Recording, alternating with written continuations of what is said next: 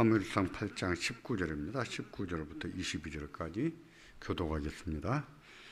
백성이 사무엘의 말 듣기를 거절하여 이르되 아니로소이다. 우리도 우리 왕이 있어야 하리니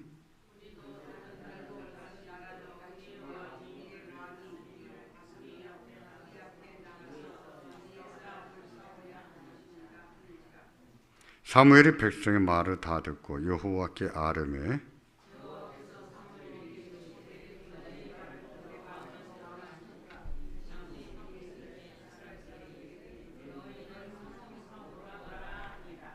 아멘.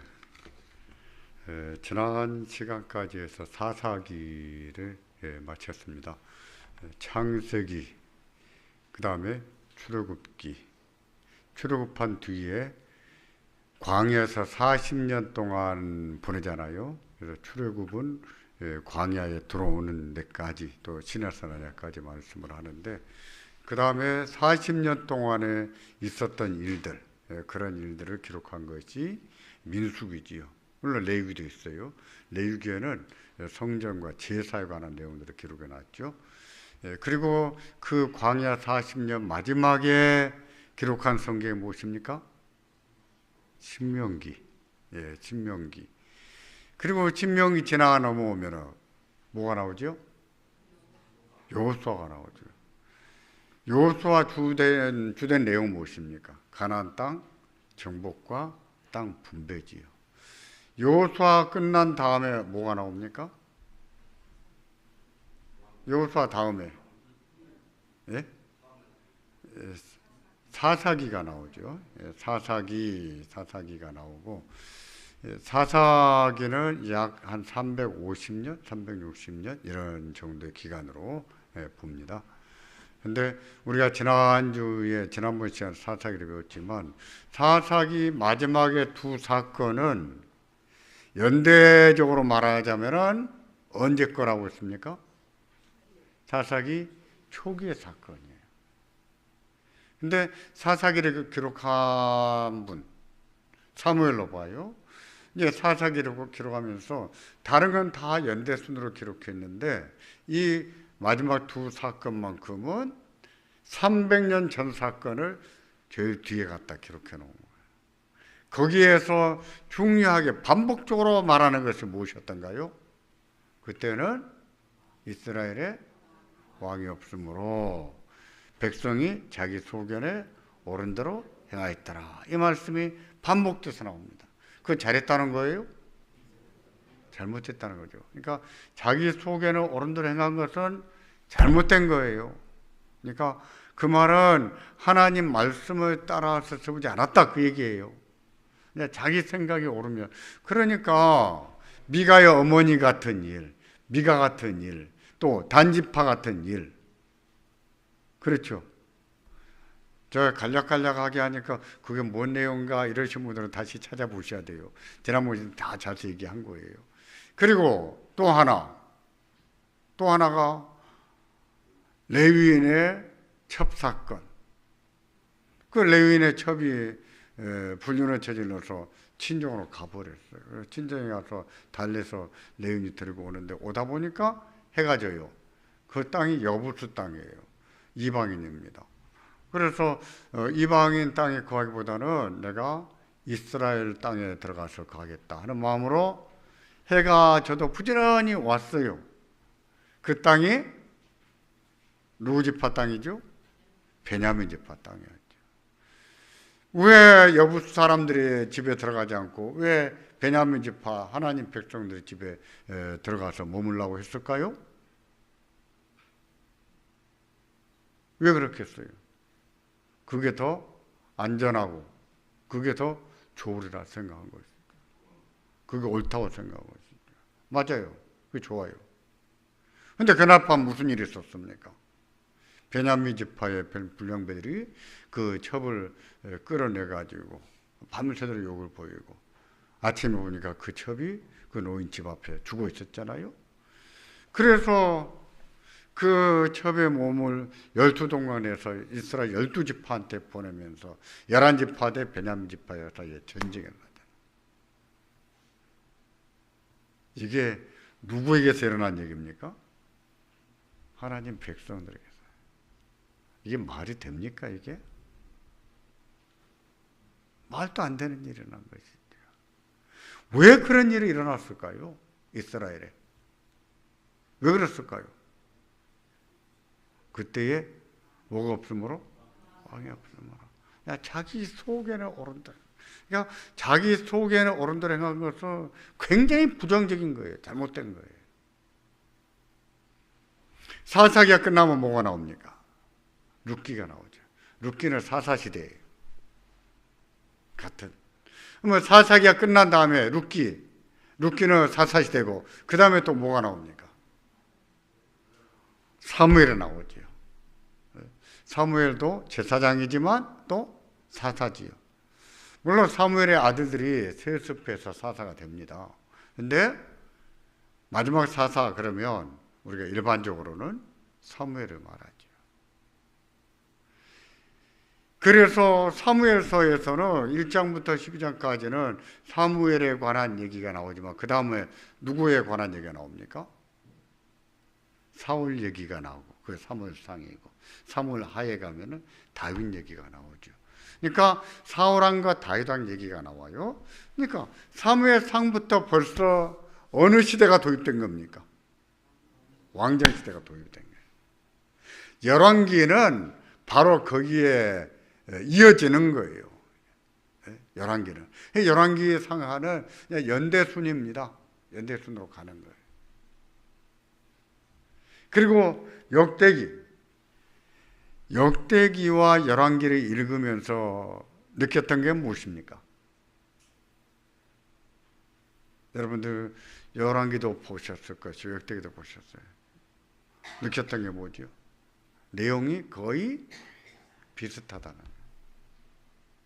다른 점이 뭐냐면 관점이 다르고 기록 시점이 다릅니다. 열왕기는 바벨론 포로로 끌려가기 전에 기록한 거예요. 역대기는 바벨론 포로에 끌려갔다 돌아와서 기록한 거예요. 내용은 반복돼요. 근데 관점이 다릅니다. 열왕기에서는 왜 이스라엘에 이런 일이 벌어졌는가? 언약을 받았는데 왜 이스라엘이 북왕국은 BC 722년에 아수르한테 망했어요. 왜 망했는가? 하나님 백성들이. 유다는 끊임없이 경건한 왕들을 배출했습니다. 그렇지 못한 때도 많이 있었지만 또 드문드무게 한 12명 정도 경건한 왕들이 배출돼요. 근데 이스라엘 유다도 망했어요. 바벨론에 BC 586년에. 왜 하나님 백성들이 망했는가? 누구 책임이에요? 열왕기는 왕들의 책임이에요. 그래서 열왕기에는 왕들에 대한 평가가 나옵니다. 왕들에 대한 평가가 3단계로 진행이 되는데 그건 다음 시간에 한번 보겠습니다. 그런데 역대기는 왕만의 잘못한 것이 아니다. 또 누구한테도 책임이 있는가? 누구한테도 책임이 있겠어요? 제사장들, 예배의 타락, 그게 문제 삼는 거예요. 그래서 열왕기나 역대기는 시대적인 배경과 내용은 같지만 기록 시점이 다르고 또 뭐가 달라요? 관점이 다르다는 거예요. 근데 우리가 알고 있는 많은 선지자들은요, 뭐 이사야서다, 또 에스겔서다, 예레미야서다, 뭐 요나서다 이런 모든 많은 성경들은요, 많은 선지서들은 크게 포로 전과 포로 후로 나눕니다. 바벨론 포로로 끌려가기 전과 끌려간 후로 나눠요. 그렇게 나중에 이제 제가 이선 다 정리해서 나눠드릴 거예요. 그런 내용 오늘 배울 게 아닙니다. 나누고 그 다음에 포로 전에 대해서는 포로 전에는 또 어떻게 나눌까요? 남왕국에서 활동했던 선지자, 북왕국에서 활동했던 선지자. 이거 봐도 안 나와요. 제 설명. 저를 보시고 제 설명을 들어야 돼요. 예. 그러니까 앞에 선지서를 볼 때는 선지서는 다 많은 선지서가 열왕기에 들어가는 거예요. 열왕기에 들어가는데 그 선지서를 구분한 첫 번째 기준은 포로 전과 포로 후. 포로 후라는 것은 바벨론 포로에서 돌아온 얘기. 그때 활동했던 선지자들. 예를 들면 학계라든지 또 스가랴라든지 말라기라든지 이런 선지자들은 포로에 다녀와서 활동했던 선지자들이에요. 네, 많은 선지자는 또 포로 전에 끌려가기 전에 활동했는데 그 포로 전에 끌려갔던 선지자들도 또 둘로 나눈다 했어요. 어디에서 활동했느냐? 남왕국에서 활동했느냐? 북왕국에서 활동했느냐? 달라지죠. 그러니까 저희가 오늘 열왕기 오늘부터 해서 다음 시간 역대기까지 이렇게 배울 거예요. 배우면 선지서도 구체적인 내용을 배우지 않기 때문에 이 안에 다 들어갑니다. 이 안에. 제가 첫 시간에 그 구약 성경이 시대별로 어떻게 분리됐는지 여러분들이 나눠드린 거 기억나십니까? 가지고 계십니까? 예? 예. 그거 보시면은 그 구분이 돼요. 그렇게 하면 구약이 그 다음에 포로 후의 사건들 기록하고 거의 다 끝나게 됩니다. 신약이 넘어갈 거예요. 아니 신약을 넘어갈 거예요. 오늘은 왜 갑자기 사사 시대가 종막을 고하고 왜 열왕기 시대가 도래했는가, 왕정 시대가 도래했는가, 그 부분에 대해서 배우는 겁니다. 유행물을 보십시오. 마지막 사사는 누구라고요? 사무엘의 아들들은요, 아버지를 세습해서 사사가 됐죠. 원래는 다른 사사들은 세습이 없어요. 사사는 매 시대에 있었던 거 아니에요. 사사는 있을 때가 있고 없을 때가 있었어요. 세습되지가 않고요. 근데 사무엘 때에 사무엘이 제사장이면서 또 사사가 됐고, 그리고요 사무엘의 아들들도 사사가 됐습니다. 그러나 그들에 관한 기사는요 악행뿐이에요. 그들의 사역에 대해서는 말하지 않습니다. 제가 예전에 어린이 주일에 대해서 얘기하면서도 사무엘과 그 자녀들을 보면 참 안타까워요. 사무엘은 엘리 대제사장 밑에서 크지 않았습니까? 이제 엘리의 아들들이 얼마나 불량했는가를 보고 컸어요. 왜 하나님이 엘리의 아들들을 버리셨는가? 왜 죽이셨는가? 다 알고 컸어요. 그러면서 사무엘은 엘리 밑에서 자라났습니다. 그 엘리도 죽고. 실은 엘리 대제사장의 가문이 다음 대제사장이어야 되거든요. 근데 그 아들들은 다 죽죠. 근데 계보가 바뀌어요. 사무엘로. 그러면 사무엘도 엘리 제사장과 그 아들들을 보면서 자식 교육을 좀 잘 시켰을 것 같은데 그러지는 못했어요. 그게 안타깝다는 거예요. 엘리 아들들을 보면서 아 저렇게 키우면 안 된다 알았을 거예요. 근데 사무엘도 아들들이 불량한 거예요. 안타깝죠. 왜 아버지는 이렇게 경건했는데 왜 자식들이 이렇게 불량한 자식들이 태어났는가, 이렇게 컸는가, 안타깝죠. 결국 그 아들들 때문에 왕정에 대한 요구가 분출되기 시작해요. 아버지는 늙어가고 아들들이 사사로 일하는데 근데 아들들이 자꾸 불량한 짓을 하니까 백성들 사이에서 불만이 원성이 자자한 거예요. 그래서 백성의 장로들이 사무엘을 만나서 요구합니다. 왕정을 요구하는 거예요. 그래서 사사시대가 종목을 구하고 왕정시대가 도래하게 되는 거예요.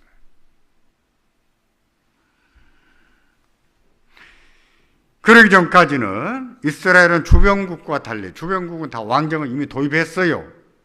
근데 하나님 백성들을 사사가 통치했습니다. 사사의 뜻이 뭐라고 했던가요? 판관, 재판관. 그러니까 사사들이 했던 중요한 일이 재판한 일이 나라가 평안할 때는. 근데 외세의 침략에 시달리다가 그 외세에서 구원해낼 때는 구원자 역할을 하는 거예요. 사사를 구원자라고도 합니다. 그 사사기의 결론 부분 17장부터 21장까지거든요. 왕정 도리의 필요성성, 그때는 이스라엘의 왕이 없으므로 사람이 각기 자기의 속에 있는 어른들을 행하였더라 하는 사실을 반복하고 있습니다. 그러면 사사 정치가 잘못됐다는 것인가? 그럴까요? 사사 정치가 잘못됐을까요? 그렇지 않습니다. 사사 정치도요, 신정 정치였어요. 신정 정치. 왕정도 신정 정치입니다. 왕정도. 문제는요, 정치가 아니에요. 정치가 아니에요. 신정 정치를 했느냐 안 했느냐 이런 문제가 아닙니다. 문제는 뭘까요? 인간이 문제예요. 인간이. 뭐 사사 정치를 그만두고 왕정을 도입하면 굉장히 좋을 것 같았죠. 근데 왕정을 도입해도 달라진 것은 없는 거예요. 똑같아요. 정치가 문제가 아니라 인간이 문제입니다. 하나님 말씀보다는 자기들의 편견, 자기들의 생각, 자기들의 소견이 옳다고 믿고 사는 인간의 문제. 그게 문제예요. 사사 시대가 끝나고 왕정 정치가 도입이 되지만 그렇다고 해서 사사 정치는 잘못된, 애당초 잘못된 정치였다 이렇게 봐서는 안 돼요. 요즘 한국 교회 그렇습니다. 목사들도 신앙보다 이념이 더 무섭구나 이런 생각이 들어있잖아. 신앙이 먼저입니까? 이념이 먼저입니까? 근데 목사들도 보면 안 그래요. 목사들도 신앙으로 하나 될 줄을 모르고 진보와 우파, 좌파, 우파 목사들이 편갈라 싸웁니다. 전에도 제가 말씀드렸지만 야, 누구는 천당 목사냐 민주당 목사냐, 누구는 국민의힘 목사냐 천당 목사냐. 천당 가면 민주당, 국민의힘당 이런 거 있을까요? 그런 거 없습니다. 저는 개인적으로 그렇게 생각해요. 미국처럼 한 번은 보수가 잡고 한 번은 진보가 잡아야 국민들이 좋아요. 보수만 잡는다고 국민이 좋은 거 아닙니다. 진보만 잡는다고 국민이 좋은 거 아니에요. 그거 다 국민들은 호구로 봅니다. 그렇게 되면. 그러니까 민주당 보세요. 전라도에서 죽어라고 90몇 프로씩 찍어줘도 전라도는 민주당의 호구예요. 자, 정치가 만치가 되는 것처럼 생각하면 안 됩니다. 사람이 바뀌어야 돼요. 사람이 안 바뀌면 어떤 정치를 도입해도 마찬가지예요. 보세요. 신정정치입니다. 사사정치도. 왕정도 신정정치예요. 이스라엘은. 근데 뭐예요? 달라진 게 뭐가 있어요? 사사 시대라도 올바른 사사들이 배출돼서 잘 가르쳐졌을 때는요, 태평의 눈에 따랐어요. 태평. 왕정 시대도 그렇지 않았습니까? 사울 같은 왕이 들었었을 때는 국민들이 얼마나 괴로웠습니까? 얼마나 힘들었어요? 사사 정치였느냐, 왕정이느냐, 그런 게 문제가 아니에요. 문제는 사람이에요. 신명기 17장 보면 모세는 이미 왕정 시대가 도래할 것을 언급해 놓았습니다. 그래서 신명기 17장에는 어떤 사람은 왕으로 세워야 되는지 자세한 규정을 말씀해 놓았어요. 그때까지는 사사가 통치하는 것은 하나님의 뜻이었고 섭리였습니다. 그러므로 사사 통치를 잘못된 정치였다, 정치를 부정적으로 표현해서는 안 됩니다. 만일 사사의 통치를 실패로 규정한다면 왕정은 성공한 정치였습니까? 그렇습니까? 다시 말씀드리지만 북왕국도 왕정하다 망했고 남왕국도 왕정하다 망했어요.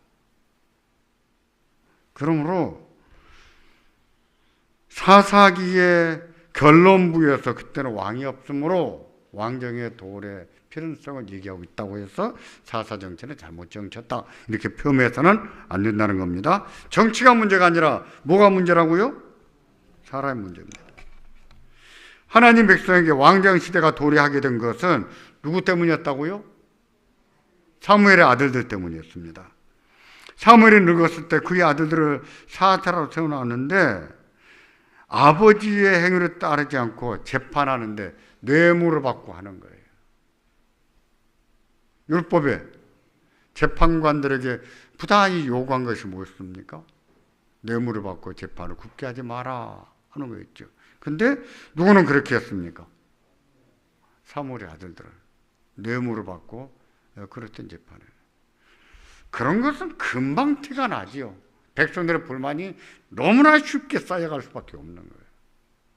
그러니까 온 나라에 그런 불만이 가득 차게 되니까 이스라엘 백성들이 장로들에게 얘기를 하죠. 그러니까 장로들이 사무엘을 찾아와서 문제를 제기합니다. 그게 8장 5절인데 8장 5절에 보면 후반 하반절에 이런 말을 합니다. 그들이 모든 나라와 같이 우리에게도 왕을 세워 우리를 다스리게 하소서. 모든 나라. 어떤 나라입니까? 이스라엘 말고 주변 나라, 이방 나라. 하나님을 경외하는 나라입니까? 아니에요. 당시에 이방 나라의 특징이 뭐예요? 왕이 절대 군주였다는 거예요. 그러니까 나중에 사무엘이 왕정의 문제점들을 쭉 제기합니다. 왕이 너희 딸들을 데려다가 궁녀로 삼아서 빵을 굽게 만들 것이고 너희 아들들을 데려다가 맨날 전쟁에 동원할 것이고 항시 군대로 존립을 지키기 위해서 너희 아들들은 군대로 끌려가서 평생 보낼 것이고 너희는 세금을 내야 될 것이고 그런 많은 문제점들을 얘기를 합니다. 그럼에도 불구하고 그들은 그래도 우리는 왕정을 세워주시오. 누구와 같이? 우리 성경에는 모든 나라와 같이 개역 개정판은 이렇게 해놨는데 근데 의미를 살린다면 개역 성경이 좋은 것 같아요. 열방과 같이. 그러니까 이방 나라 같은 왕을 세워주시오. 이방 나라처럼 왕이 다스리고 우리의 전쟁을 싸우게 해주시오. 이렇게 요구해요. 이거 이스라엘 백성들이 누구로 닮아가겠다는 거예요? 열방을. 하나님을 두려워하지 않고 하나님을 경외하지 않는 이방 나라 같이. 고대의 전쟁의 중요한 원인 가운데 하나는요 뭐였을까요? 약탈이었어요. 약탈. 네? 부족한 식량을 확보하기 위해. 특히 팔레스타인 땅은 그래요. 그러니까 사사시대 보세요. 사사시대도 보통 때는 외세 침략이 없어요. 꼭 언제 쳐들어왔습니까?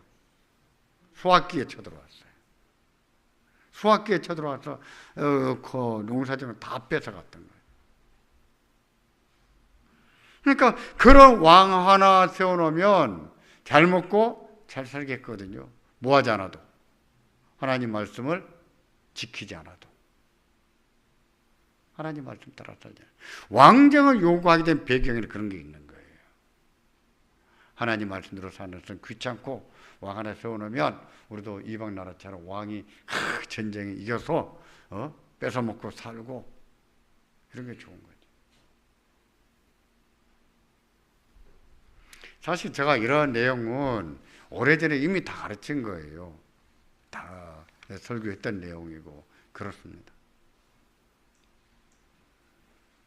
하지만 백성의 요구에 대해서 사무엘은 기뻐하지 않았습니다. 여호와께서도 기뻐하지 않으셨어요. 하나님은 그들이 너를 버린 것이 아니라 나를 버려 자기들의 왕이 되지 못하게 하는 것이다 라고 하셨어요. 8장 7절입니다. 8장 7절 이렇게 말하는데 그리고 왕정의 문제점은 낱낱이 말해요. 하나님 이렇게 말씀하시거든요. 사무엘아 그들이 너를 왕으로 삼기를 거절하는 것이 아니라 누구를 왕으로 삼기를 거절하는 것이라고요? 하나님을 왕으로 삼기를 거절하는 것이라고요. 그래서 8장 18절을 보면 최종적으로 이런 경고를 합니다. 그럼에도 불구하고 끝까지 왕을 요구하니까 같이 보겠습니다. 18절. 그날에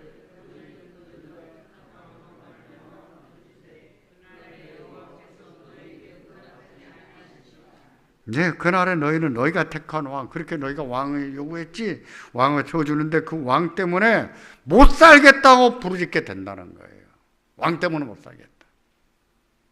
근데 어떻게 하시겠다고요? 그날에 여호와께서 너희에게 뭐 하지 않으시겠다고요? 너희가 부르짖어도 내가 응답하지 않겠다. 이렇게 심각한 경고가 어디가 있습니까? 이보다 심각한 경고가 뭐가 있겠어요? 너희가 택한 왕으로 말미암아 부르짖어도 그날에 여호와께서 너희에게 응답하지 아니시한다는 것은 심각한 경고입니다.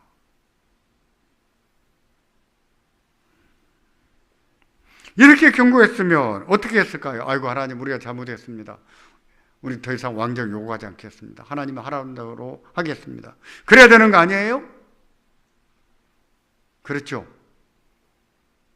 그렇습니까? 안 그렇습니까? 그래야죠. 하지만 그렇게까지 경고했는데도 끝까지 돌이키지 않습니다. 끝까지 돌이키지. 결국 뭐예요? 하나님 백성이라고 하면서 이 언약 공동체라고 하면서 하나님 말씀 따르기를 좋아하지 않는 거죠. 하나님이 왕이 아니라 누가 왕이 됩니까? 누가? 사람이 왕이 된 거죠.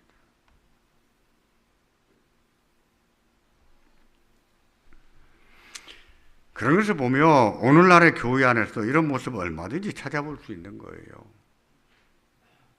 하나님 말씀보다 자기 주장이 더 강하지요. 하나님 말씀대로 운영하는 것보다는 교회도 경제적인 논리로 운영하려고 하지요. 하나님의 뜻을 이루는 것보다도 그냥 사람의 뜻을 이루거나 경제적으로 어떤 목표를 달성할 수 있다면 그렇게 하려고 하지요. 그때의 이스라엘이나 이런 모습들이 뭐가 다르겠습니까?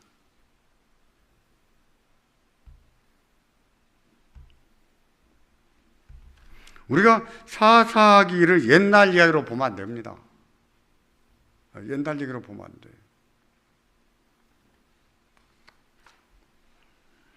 사사시대가 종말을 구하고 왕정시대가 도래했습니다. 그러나 그 출발은 대단히 부정적이죠. 이런 배경에서 출발하니까 하나님의 경고는 엄포에 그치지 않았어요.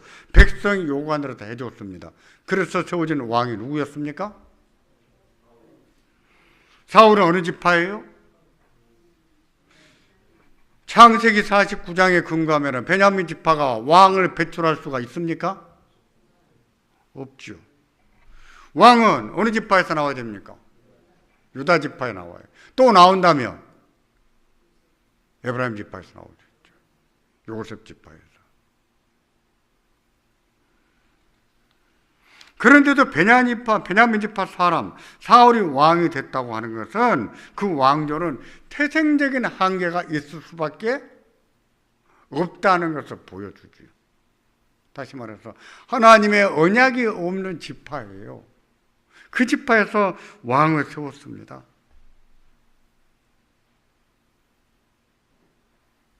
백성들이 요구해서 그래 너희들이 왕을 요구한다고 그래 사울을 데려다 왕을 세워라. 보니까 키도 크고 왕노릇 잘하게 생겼어요. 그래서 왕을 세워주었습니다. 그렇게 시작한 것이 사울왕조인데 사울왕조는요 언약을 따른 왕이 아니었고 태생적으로 한계를 안고 출발하는 왕조입니다. 다시 말해서 영원한 언약을 부여받고 그것을 성취해 나갈 수 있는 그런 지파가 아니었다는 것이죠. 그런데도 하나님께서 베냐민 지파 사람 사울을 왕으로 세우신 이유는 뭘까요? 뭐겠습니까? 그것은요, 여호와를 왕으로 삼기를 거부하고 경고를 무시한 데 대한 징계입니다. 징계예요. 사실 사울이 왕이 되므로 백성들은 고통을 겪게 됩니다. 그는 여호와를 하나님으로 섬기는 왕이 아니었잖아요. 언제든지 자기 뜻대로 통치하는 그런 왕이었잖아요. 사울이 처음에 겸손한 것 같았으나 그 다음부터 하는 짓을 보세요. 하나님 말씀 듣습니까? 안 듣습니까? 안 듣잖아요.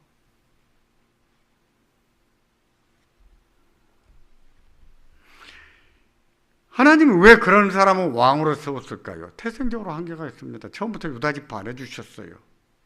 왜 사울 해줬을까요?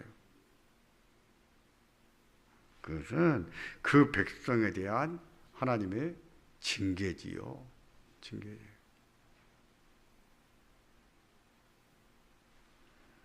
지도자가 중요한 이유가 바로 그거예요. 지도자를 잘 세우면 나라가 평안합니다. 교회도 마찬가지예요. 저는 예전에 그렇게 생각했습니다.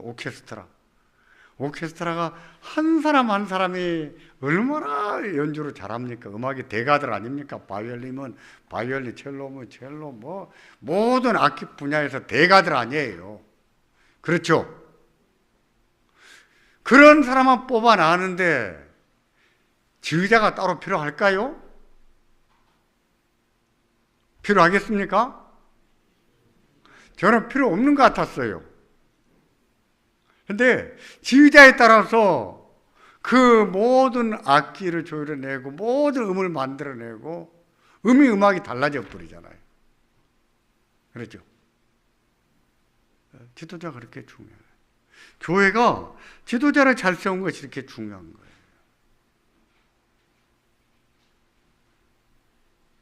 그러니까 교회가 성경에 좀 충실해서 우리가 성경에 완전하게 일치하게 이렇게는 못해요. 왜? 그럴 만한 사람이 없어요. 누구나 다 의미 있거든요. 조금씩 부족해도 세우고 그러거든요. 본인들은 더 기도 가운데 말씀 가운데 하나님 말씀에 부합하도록 힘을 쓰고 애를 써야 됩니다만은 우리는 그렇게밖에 세울 수밖에 없어요.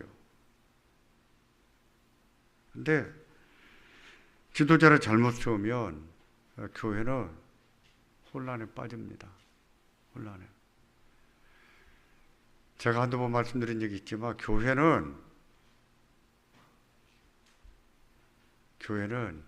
일반 성도들 때문에 분란 나고 싸움 나고 쪼개지는 일은 없습니다. 항상 교회가 싸움 나고 쪼개지는 중앙에는 누가 있습니까? 목사와 장로와 권사예요. 목사와 장로와 권사. 그 세 집뿐만 문제가 없으면 교회는 평안할 수 있어요. 제가 동작중앙교회 임시당회장 2번이나 갔잖아요. 2년 동안 했잖아요. 2년 동안. 막판에는 하다 못하니까 장로님들이 수세에 몰렸어요. 왜냐하면 담임 목사 세워놨는데 취임을 했는데 이분이 한 4달 만에 나 못하겠다고 사표를 내버렸거든요. 나도 이해가 안 갔어요. 그 친구 많이 말렸습니다. 참아라. 잘 참고 해라. 많이 말렸어요. 근데 안 해. 사실 뭐 장로님들이 잘못해서 사임한 거 아니에요. 근데 그 책임은 누구한테 다 가겠습니까?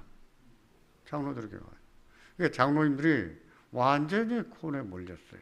몰리다 보니까 그 후임 담임 목사 뽑는 정권을 저한테 줘버렸어요. 당신들이 뽑을 수가 없어. 고난이 뭐 성도들에게 말이 안 먹히는 거. 저한테 저보고 이렇게 말했습니다. 목사님 후임자를 세운다는 기준으로 목사님이 세워주시면 우리는 무조건 따르겠습니다. 저한테 정권을 줬어요. 저는 그 자리에서 누구다 점 찍었어요. 머릿속에. 근데 그 자리에서 누구 얘기하면 좀 폼이 안 나잖아요. 이런 때는 쇼를 좀 해야 돼. 연출을. 이거 녹화 보내지 마세요. 동작중학교 보면 아는 사람은 알지. 2주간 기도합시다 그랬습니다. 저는 마음이 정해놓고 2주간 기도하고 얘기했어요. 저는 조영 목사로 세우겠습니다. 조영 목사님 됐습니다. 그런데 동작중학교 성도들이 얼마나 좋아하는지 모릅니다. 저는 거기 가면 참 대접을 잘 받아요. 무슨 뭐 좋은 밥 먹는 게 아니라 환영을 많이 받습니다. 왜 그러냐면 조영 목사님이 너무 잘하니까 저한테 고맙다는 거예요. 그전에는 바로 직전 4달 만에 그만두신 분이 계셨죠. 또 한 분을 저보다 실패해버렸죠. 그 전에 2년 된 분이 또 있었죠. 그 전에 한 30여 년 이상 목회하신 분 또 있었어요. 그러니까 몇 년 사이에 그러니까 성도들이 상처받고 많이 떠나버렸죠. 근데 최종적으로 그렇게 된 데도 권사님 한 분 때문이었어요. 그렇게 문제가 돼요. 내가 꿈에 뭘 봤는데, 우리 교회에서는 꿈 얘기 꺼내도 못하지만 그 교회는 꿈 얘기가 통해요. 그때는 그랬어요. 그때는. 지금은 안 통하지만. 꿈에 뭘 봤든지 간에 뭐 그거 가지고 교인들이 휘들 이럴 거예요. 근데 그랬단 말이에요. 뭐가 기준인가? 교회가 뭘로 다스려져야 되는가? 잠깐 모르네. 제대로 못 배운 거예요. 그냥 자기 소견에 옳은 대로 행하는 것이지. 사사시대로.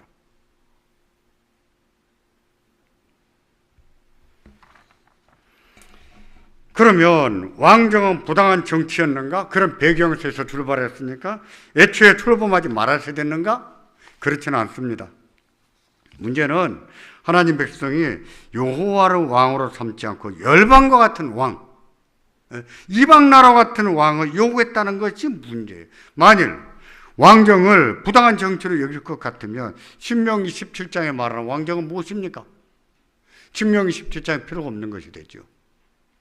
그러니까 왕정이 부정적인 배경 속에서 출발했다고 해서 부정적인 정치로 봐서는 안 됩니다. 또 다윗 왕을 통해서 영원한 왕이 오실 것을 계시했는데 왕정이 안 세워졌으면 이게 어떻게 가능하겠어요?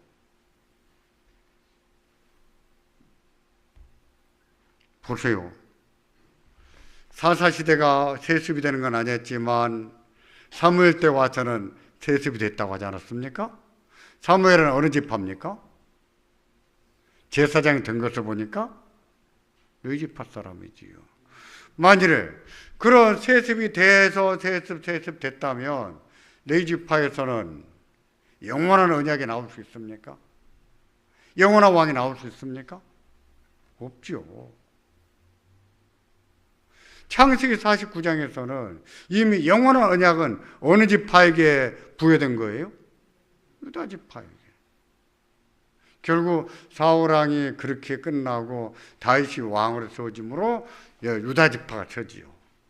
유다 지파가 세워지고 그리고 이 언약이 계속이 돼가는 것이죠.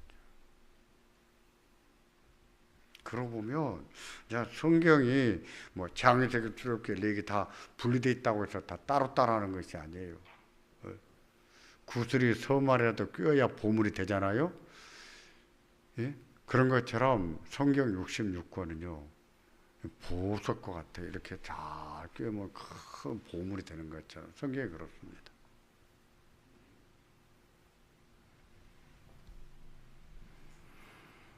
사무엘이 사사기의 저자로 알려져 있는데 그게 맞다면 왜 사무엘의 결론부에 왕정의 필요성을 역설했겠는가? 이런 것을 생각해서라도 왕정 정치를 부정적으로 봐서는 안 된다 하는 것을 말씀 또 드립니다.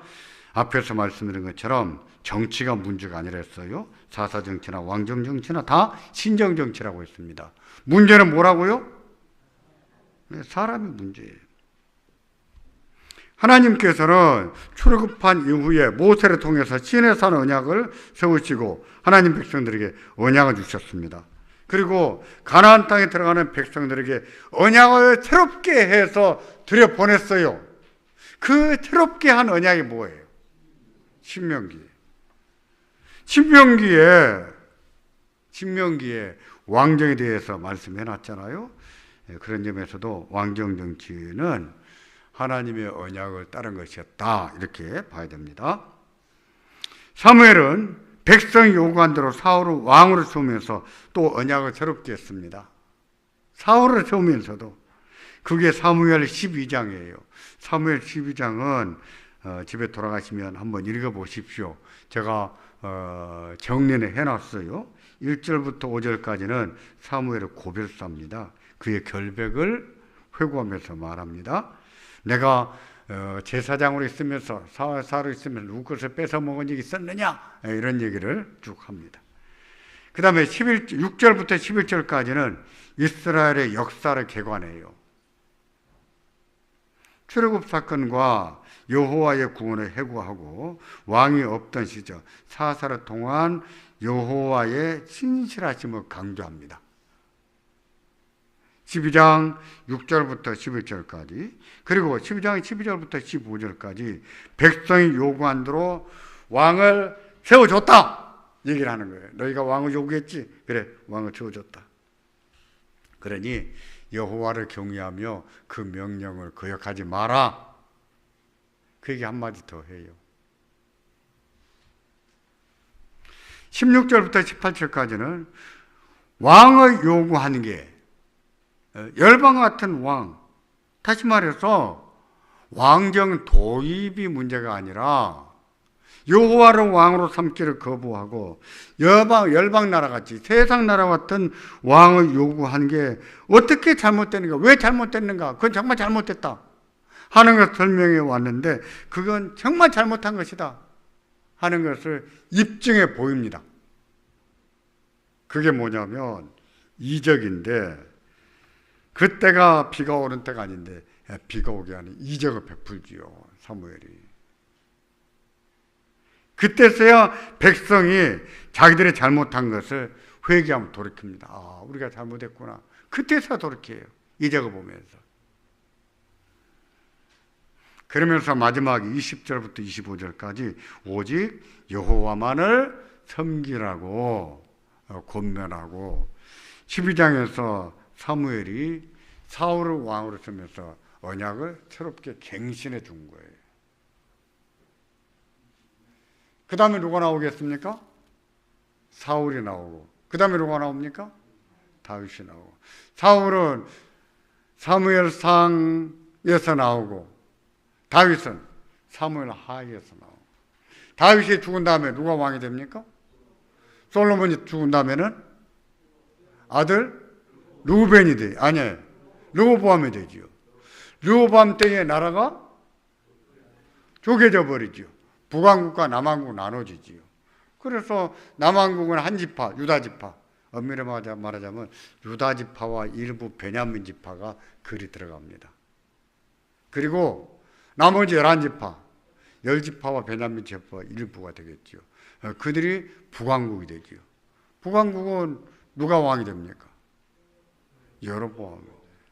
여로보암은 솔로몬의 신하였어요. 근데 솔로몬의 땅에 진언했다가 솔로몬이 죽인다고 하니까 망명을 했어요. 애굽으로 도망갔다가 솔로몬이 죽은 다음에 돌아와서 르호보암에게 진언하죠. 당신 아버지가 하지 마라. 그게 뭔 말이냐면 솔로몬 때에 토목공사를 너무 많이 했어요. 너무 많이. 토목공사를 많이 하면 누가 힘들겠어요? 예. 만리장성 많이 팔아먹고 살지만 만리장성을 쌓았던 중국의 조상들은 얼마나 많이 죽었겠습니까? 먹지도 못하고. 그렇잖아요. 마찬가지예요. 솔로몬이 지나치게 토목공사를 많이 하면서 당신 아버지처럼 그렇게 가혹하게 하지 마라. 그럼 우리가 당신을 잘 섬기겠다 했는데, 르호보암이 기다려봐라, 우리 신하들한테 물어보고, 그래서 아버지의 늙은 신하들의 말을 들어보고 자기 또래 어린 신하들에게 물어보니까 어린 신하들은 뭐라고 했습니까? 그런 말 들어주면 안 됩니다. 그랬다가는 간 보고 더 덤벼듭니다. 그 음악에다 다스려야 됩니다. 아버지의 늙은 신하들을 그 말을 들어줘야 됩니다. 누구 말을 들을까요? 누구 말을 들을까요? 아버지의 늙은 신하들의 말을 들어야죠.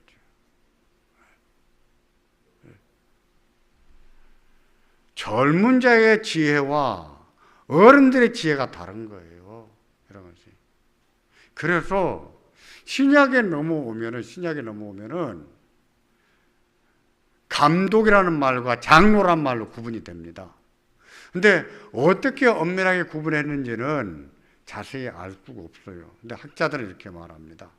장로는 교회 안에 연장자들, 연세 많은 어른들의 경우를 장로라 했고, 감독은 어린 리더들을 세워서 그들을 감독으로 하지 않았던가, 이렇게 신학 교수들은 파악해요. 본래 장로는 나이가 많은 사람들이에요. 장로란 말 자체가 나이가 많은 사람들. 지금 우리 시대는 그런 생각 안 하지만 그 시대는 그 고정관념이 있어요. 이거 못 바꾸는 거예요. 근데 새파랗게 젊은 사람 보고 장로로 한다고, 이게 말도 안 되는 거예요. 그 시대는 용납이 안 돼요. 근데 그 시대는 연세가 많은 분들을 장로로 했었고, 이제 어린 사람들을 감독으로 이렇게 보지 않았었는가, 이렇게 파악합니다. 어른들의 지혜가 중요한 거예요. 어른들의 지혜. 안타깝죠. 르호보암이 왜 그렇게 바보짓을 했는지. 자기 아버지는 지혜의 왕이었는데 어떻게 아들은 그렇게 해서 나라가 어찌 됐습니까? 쪼개져 버렸어요. 이건 뭐예요? 교회 분열이에요. 교회 분열. 그렇게 해서 이제 남왕국 유다와 북왕국 이스라엘이 나눠진 채로 가는데, 열왕기 상하는 남왕국 한번 기록했다가 같은 연대에 맞춰서 북왕국 기록했다가 같은 연대, 그때는 남왕국에 누가 왕이 됐고 그때는 또 북왕국에 왕이 됐고 누가 왕이 됐고, 이렇게 서로 교차해 가면서 기록합니다. 그게 열왕기 상하입니다.